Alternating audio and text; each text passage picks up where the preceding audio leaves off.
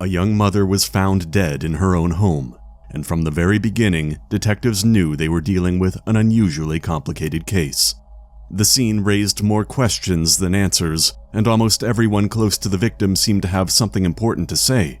But even then, no one could have imagined where the investigation would eventually lead and how this high-profile case would ultimately end.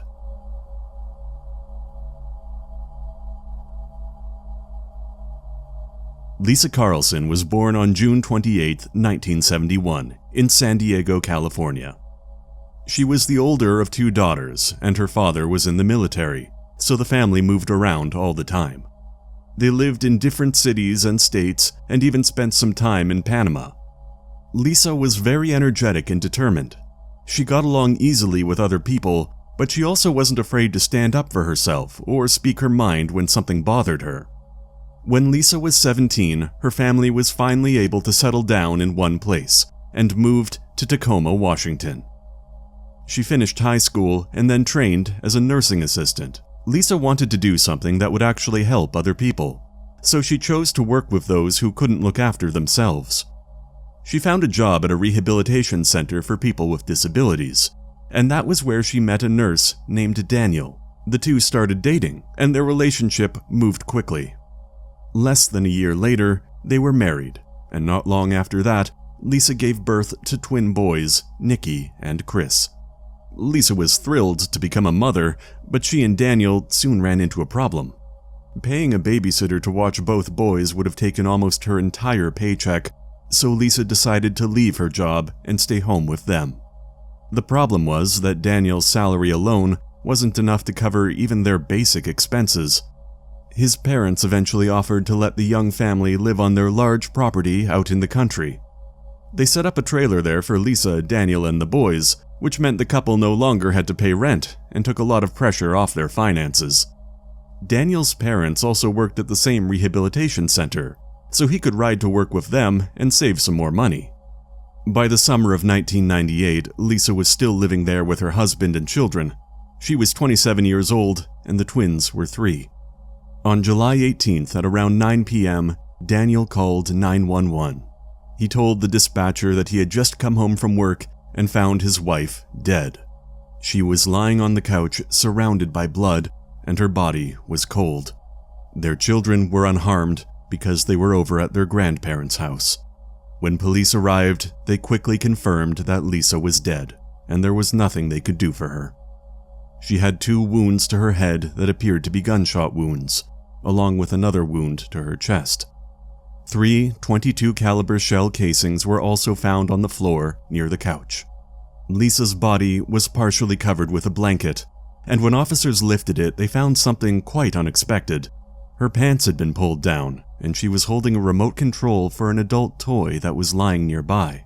There was also an explicit video playing on the TV in the living room, although it had been paused. Lisa's body was taken to the medical examiner, while investigators continued searching the trailer. One thing immediately stood out. The place was a mess. Almost every cabinet and drawer had been opened, and their contents were scattered across the floor, making it look as though someone had been searching the home during a robbery. At the same time, there were no signs of forced entry. Daniel did, however, mention one important detail. When he came to the front door, he had expected it to be locked, or at least secured with the chain, but instead, he found it open. While the crime scene team worked inside the trailer, officers took an initial statement from Daniel. Over the next few hours, his behavior began raising questions for several reasons. For one thing, he seemed unusually calm for someone who had just found his wife murdered. He approached officers several times to ask whether he could go back inside to get food for the boys and take his clothes out of the washing machine. His 911 call also struck investigators as strange. Daniel sounded completely calm, as though he were describing what he had just eaten for breakfast rather than telling a dispatcher that he had just found his wife dead.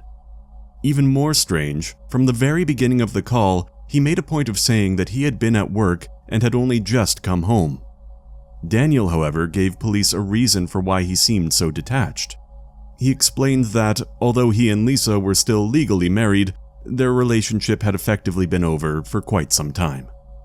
According to Daniel, they had decided to separate about a year and a half earlier, but their financial situation made it impossible for either of them to simply move out and start over.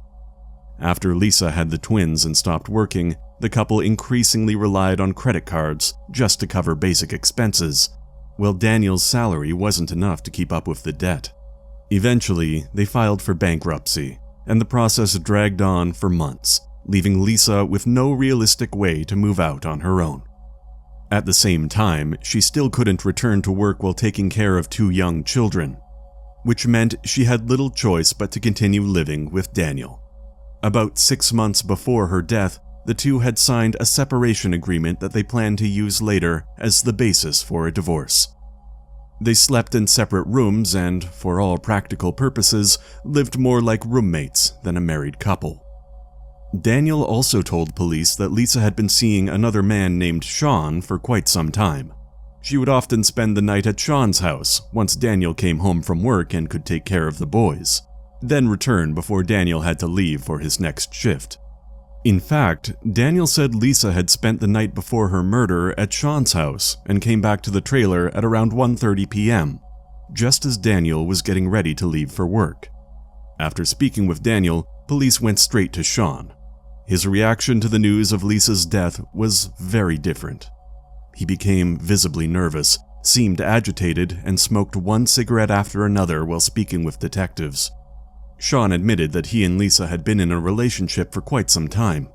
He explained that he had been friends with Daniel since childhood, and when Daniel first married Lisa, his relationship with her had been purely platonic. But after Lisa and Daniel had essentially decided to separate, Sean and Lisa began seeing each other. Over the following months, the two started making plans for a future together, and Lisa decided that she wanted to move with the boys and Sean to Arizona, where his parents lived. She hoped to start over there and build a new life, and according to Sean, she had some very serious reasons for wanting to leave. Sean told investigators that Lisa and Daniel's marriage had gradually become more and more troubled. They were already struggling financially, but Daniel only made things worse. At one point, Lisa discovered that he had been hiding a large number of lottery tickets and credit cards from her. She later learned that Daniel had secretly taken on even more debt, making an already difficult financial situation even worse. At the same time, the couple was arguing more often, and Daniel's behavior was becoming increasingly aggressive. Lisa told people that he would yell at her, throw things in her direction, and had even become physically violent with her. During one particular incident, Daniel grabbed Lisa by the neck, and she became afraid that he might strangle her. Sometime later, Lisa turned on a tape recorder and brought up what had happened, hoping to get Daniel to admit it on tape. When she told him that she was afraid for her life after he tried to strangle her, Daniel replied that he hadn't meant to hurt her, and he hadn't even squeezed her neck very hard. Lisa later gave the tape to Sean and asked him to turn it over to police if anything ever happened to her. Sean also told detectives one more important detail. According to him, Lisa had made the final decision to leave with him and the boys on the very day she was killed. The plan was for her to wait until Daniel left for work, take the children to Sean's house, and then leave with him for Arizona, where his parents lived. Before heading out of state, they planned to stop by Lisa's parents' home so she could say goodbye. All of this seemed to point heavily in Daniel's direction, but Sean clarified one important thing. Lisa had kept the plan completely secret from her husband and had no intention of telling him that she was leaving. According to Sean, she was afraid Daniel might hurt her if he found out, so as far as he knew, Daniel wasn't supposed to know anything about it. Detectives weren't ready to rule Sean out either, and they asked where he had been after Lisa left his house. Sean said he stayed home and spent time on internet forums. Since this was 1998 and the detectives themselves weren't particularly familiar with how that kind of activity could be checked, they passed the information along to specialists who could verify his story. Police then spoke with Lisa's family and friends, and they heard many of the same concerns. Lisa had repeatedly talked about the problems in her marriage, and as time went on, she became increasingly worried about her own safety. Her parents urged her to move out and get away from Daniel as soon as possible, but Lisa told them she couldn't do that until the bankruptcy process was finished. When detectives looked into it, they learned that the bankruptcy was actually expected to be finalized within just a few days. At that point, investigators began seriously considering whether Daniel could have killed Lisa after somehow finding out that she planned to leave him and take the children with her. There was just one major problem with that theory. Daniel had been at work for almost the entire day. The medical examiner was unable to determine Lisa's exact time of death and could only narrow it down to sometime that afternoon. Lisa had left Sean's house at around 12:30 p.m., and since the drive back to the trailer took just under an hour, she should have arrived home at roughly 1:30. Daniel's shift, meanwhile, was supposed to begin at 12:15 p.m., which initially seemed to leave him with too little time to kill Lisa and still make it to work. But detectives soon learned one suspicious detail. His supervisor said Daniel had called about 15 minutes before his shift and told him he was going to be a little late. He ultimately didn't arrive until around 3 p.m., which meant that, at least in theory, he could have had enough time to commit the murder. Still, investigators quickly ran into several problems with that theory. While they were gathering information about Lisa's life, crime scene experts were examining the trailer, and what they found raised some important questions. First, they doubted that robbery had actually been the motive. Despite the mess inside the trailer, nothing of value appeared to be missing, leading investigators to believe the apparent burglary may have been staged. They also analyzed the blood splatter on the wall and on Lisa's body, and were able to determine that she had most likely been sitting upright when she was first shot in the head.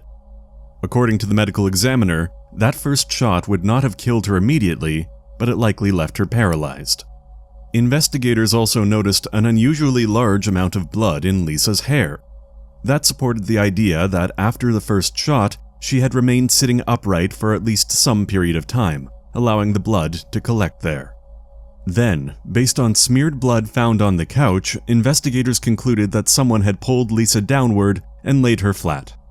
As her blood-soaked hair dragged across the back of the couch, it left a visible trail behind. Crime scene photos also showed unusual bunching in Lisa's sweater, which led experts to believe that whoever moved her body had pulled her down by the clothing. All of this made one thing clear: Lisa could not have pulled down her own pants and underwear.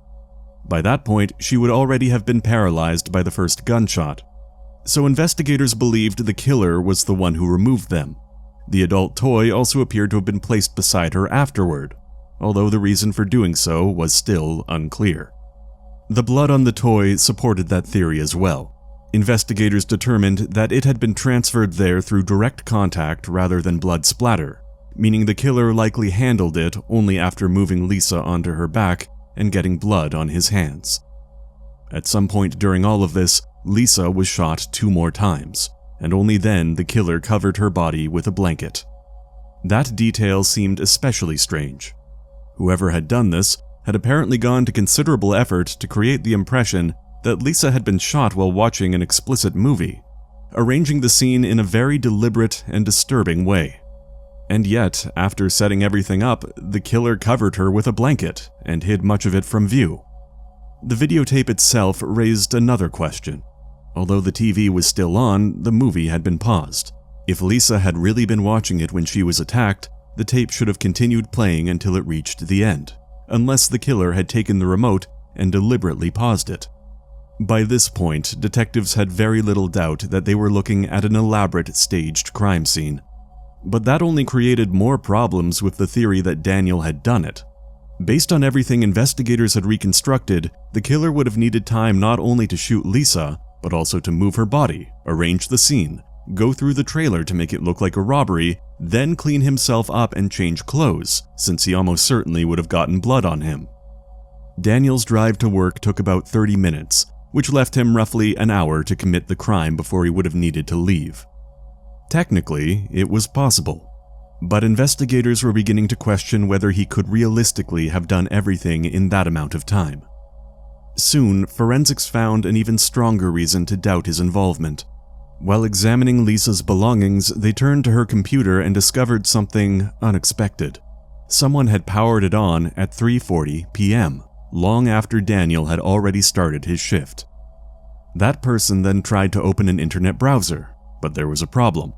Just one day before the murder, Lisa had taken the computer tower to Sean so he could update some of the software, and for some reason, Sean had deleted the browser Lisa normally used to access her email. The computer record showed that someone tried to download and reinstall the browser, but was unsuccessful. And at 4:18 p.m., the computer was shut down. That meant Daniel could not have been the person using it. By then, dozens of people had already seen him at work, about a 30-minute drive from the trailer. Another interesting discovery came from the answering machine inside Lisa's trailer. It contained 3 messages from Daniel's mother. As we remember, during the first hours of the investigation, she told police that the twins had unexpectedly shown up at her house at around 5:45 p.m. They said their mother was asleep, which immediately struck their grandmother as strange. The boys were only 3 years old and had never walked over there by themselves before. The trailer was about 130 yards from the house, with a stretch of woods between the 2 properties, so it wasn't exactly an easy walk for 2 small children. Daniel's mother called the trailer several times, trying to wake Lisa up, but no one answered. She eventually left a few messages telling her to get up and come pick up the boys. But detectives noticed something very strange. When they spoke with Lisa's mother, she said she had also tried calling her daughter at around 6:20 p.m. because Lisa had failed to show up for the meeting they had planned before she left the state. Lisa didn't answer, so her mother left a message on the answering machine. The problem was that no such message was there. Investigators sent the answering machine tape to experts who found signs that it had been tampered with. It appeared that someone had removed the cassette, rewound it to the beginning of the message Lisa's mother had left, and then used Carol's next call to record over it. That discovery raised a whole new set of questions and led detectives to take a much closer look at Daniel's family. To their surprise, they learned that only a few months before her death, Lisa had obtained a restraining order against Daryl, Daniel's father. Police began asking Lisa's family and friends about her relationship with Daniel's parents, and what they heard painted a troubling picture. According to Sean, Daniel's mother had disliked Lisa almost from the moment they met. Carol didn't think she was good enough for her son, but Daniel continued seeing her anyway. Sean also said that Daniel had always been extremely dependent on his mother, and that their relationship was unusually close. Even after he became an adult, Carol still had a great deal of control over him, and the fact that she couldn't convince him to end his relationship with Lisa seemed to bother her deeply. Things only became worse after Lisa and Daniel had the twins. Carol began criticizing Lisa constantly, telling her she was raising the boys incorrectly, didn't cook or clean well enough, and generally wasn't doing a good job as either a wife or a mother. On top of that, Carol behaved as though she had not just an equal say in the children's lives, but the right to make decisions about them regardless of what Lisa wanted. She would sometimes take the boys to her house without asking, drive them somewhere without telling Lisa, and generally act as though they were her own children rather than her grandchildren. When talking about the twins to other people, Carol would even refer to them as my babies. Once Lisa and Daniel moved into the trailer, her mother-in-law's behavior became almost impossible for Lisa to tolerate. They had already seen each other nearly every day at work because Daniel's parents were employed at the same rehabilitation center, but now Carol was living only about 100 yards away. She constantly came over to the trailer and told Lisa how she should raise the boys, handle the house, and essentially live her life. Sometimes she would even go through Lisa's belongings or enter the trailer when no one was home and search through it. Lisa tried to set boundaries, but Carol simply ignored them. Daniel didn't see his mother's behavior as a problem either, and usually took her side. According to Sean, Daniel's refusal to stand up for Lisa was one of the main things that gradually destroyed their marriage. When Carol learned that the couple had agreed to eventually divorce, she was furious and blamed Lisa for what was happening. Later, once Lisa began seeing Sean, Carol accused her of cheating on Daniel and destroying their family. At one point, Carol and her husband burst into the trailer while Lisa and Sean were there together. They apparently hoped to catch the two of them in an intimate situation, but Lisa and Sean were simply sitting and talking. Even so, Carol began insulting Lisa, while Daryl grabbed her by the neck and threw her to the floor before turning on Sean. After that, the couple called the police, and Daryl was arrested. Lisa obtained a restraining order against him afterward, but she chose not to press charges because she didn't want to make an already terrible family situation even worse. From that point on, Lisa was essentially counting the days until she could finally get away. At the same time, she kept her plans secret because she was afraid of Daniel's family and what they might do if they learned she intended to take the boys and move to another state. After hearing all of this, detectives began wondering whether Lisa's mother-in-law could somehow have been involved in the murder. They had spoken with Carol during the first hours of the investigation, and at the time, she said she had been home for most of the day, but hadn't noticed anything unusual because a small stretch of woods separated her house from the trailer. But when police asked why she had called Lisa several times and told her to come get the boys, yet never walked over to the trailer herself, Carol gave more than one explanation. At first, she said she assumed Lisa was asleep and had no reason to think anything was wrong.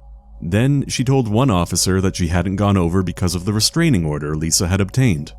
The problem was that the order applied to Carol's husband, not to Carol herself. Another suspicious detail emerged when investigators asked Daniel and his parents whether they owned any firearms. Daniel told them that less than a year earlier, he and his mother had purchased a semi-automatic .22 caliber handgun, the same caliber of weapon used to kill Lisa. Daniel insisted, however, that he no longer had the gun and had traded it away for ammunition sometime earlier. His parents also owned a rifle, but it was broken and did not match the murder weapon. Daniel did mention that he had previously kept the handgun at his parents' house, which gave detectives enough reason to obtain a search warrant for the property. Inside, they found .22 caliber ammunition, but testing it showed that it did not match the rounds used to kill Lisa, and the handgun itself was nowhere to be found. During the search, however, police came across something else that caught their attention.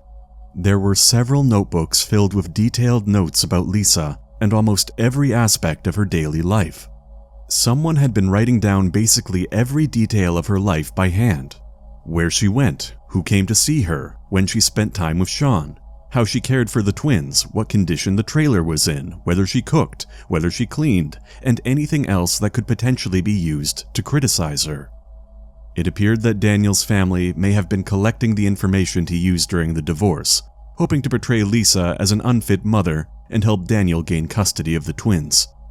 Then, investigators made another unexpected discovery. The entries in the notebooks had been written in at least 4 different handwritings.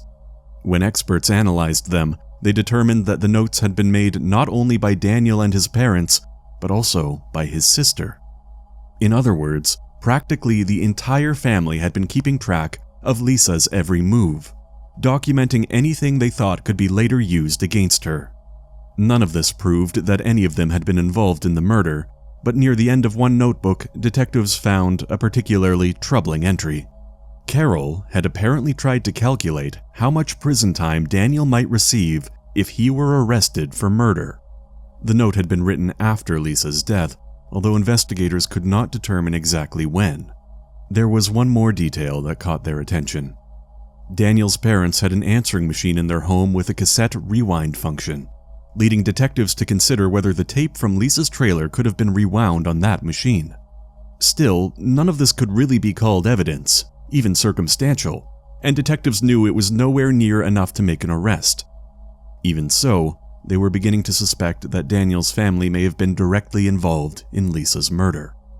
One possibility was that Daniel had shot her before leaving for work, while his mother stayed behind in the trailer to stage the robbery and arrange Lisa's body as part of the cover-up.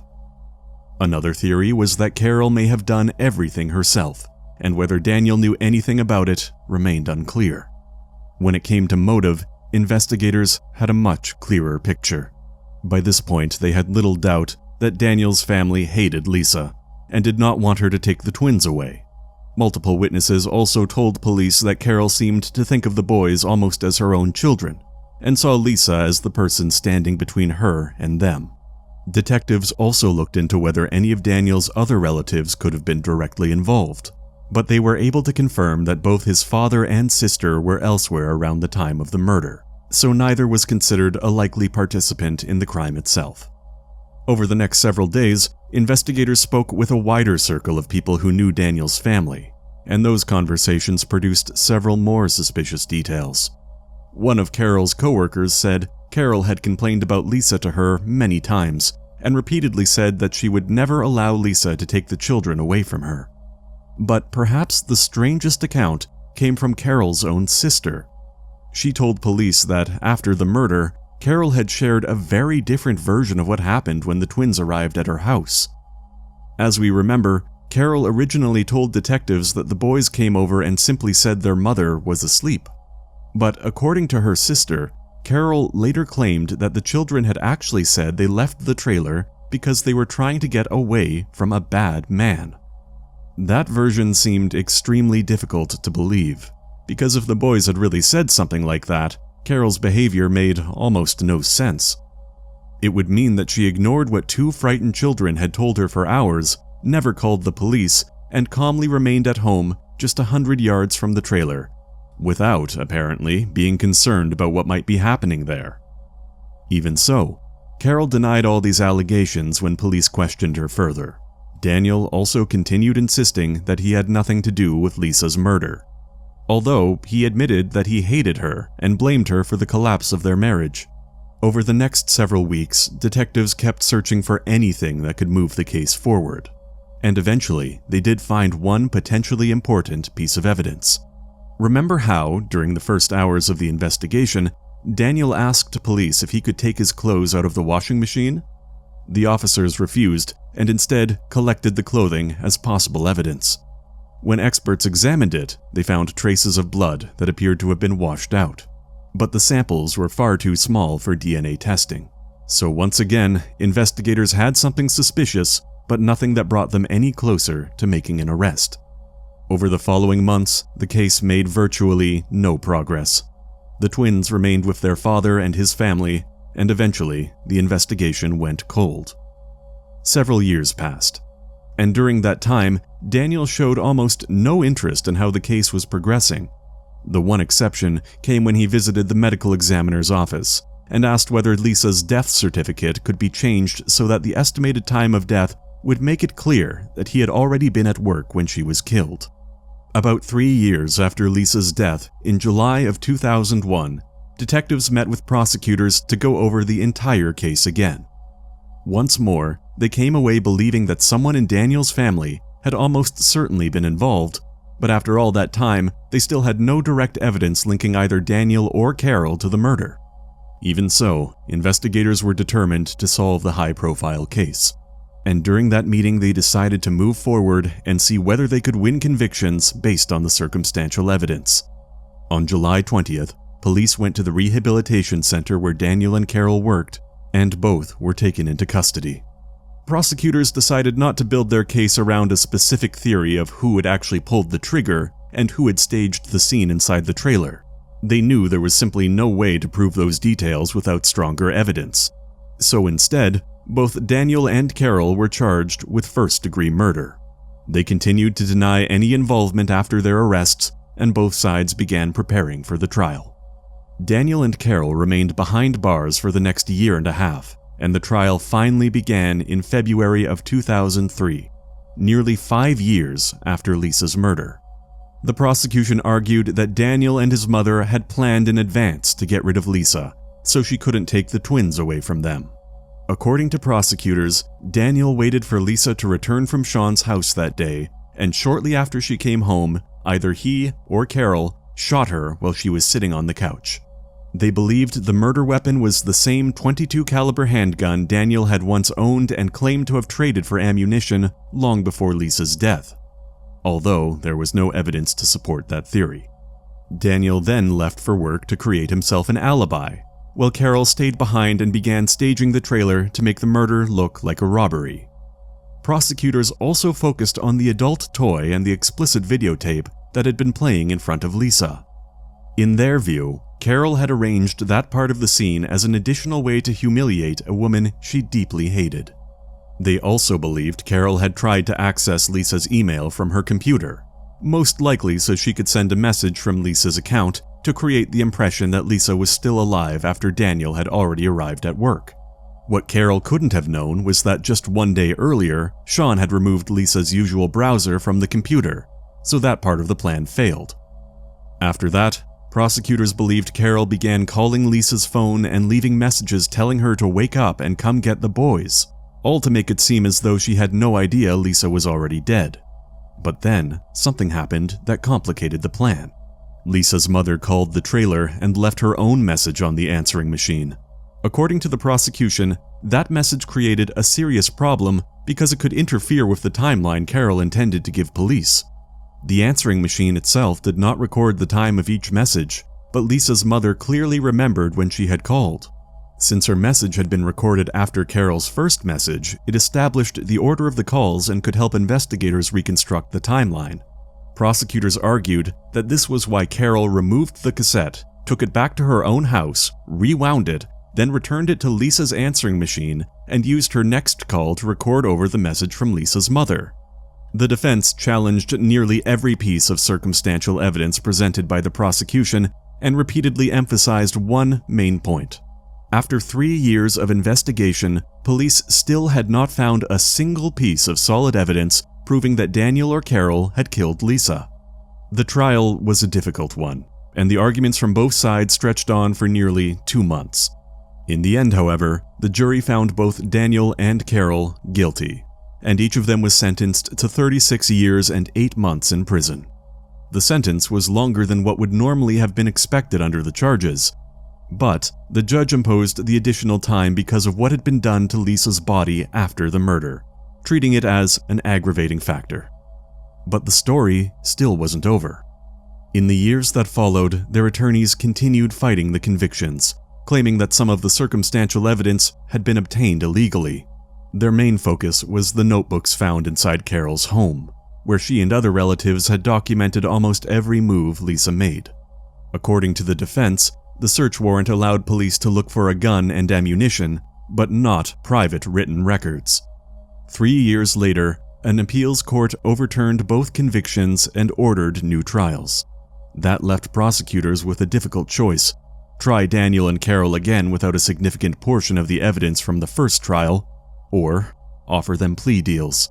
Almost a year later, they chose the second option. Carol was offered reduced charges: 3 counts of second-degree assault and 1 count related to the mistreatment of Lisa's remains. She accepted the deal and was sentenced to 9 years in prison. Then it was Daniel's turn. Prosecutors offered him a deal on the charge of second-degree murder, and he agreed. Daniel pleaded guilty and received a 23-year sentence. Although even that was not quite the end of the story. Both of them received credit for all the time they had already spent behind bars. Because of that, Carol was released less than a year after accepting her plea deal and has remained free ever since. Daniel was released in 2022, roughly 14 years after entering his plea. As for the twins, they had been living with their father and grandmother until Daniel and Carol were arrested. Afterward, the boys spent some time in the custody of Daniel's father, the same man who had attacked Lisa only a few months before her murder. Lisa's parents, meanwhile, were given only limited visitation. At some point later in the twins' childhood, custody was transferred to Daniel's sister, who raised them until they reached adulthood. They are now 31 years old, but neither has ever spoken publicly about the case, and there is no information about whether they still have any relationship with Carol or Daniel. So in that sense, the case eventually came to an end, but the outcome left Lisa's family with a great deal of bitterness. Not only did custody of the twins remain within Daniel's family, but they were also outraged that Carol ultimately spent only about 7 years behind bars. Both Lisa's relatives and the detectives who worked the case believe that Carol had been the driving force behind the murder, even if she may not have been the person who physically pulled the trigger. Let me know what you think in the comments, and don't forget to leave a like if you appreciated the video. Thanks for watching.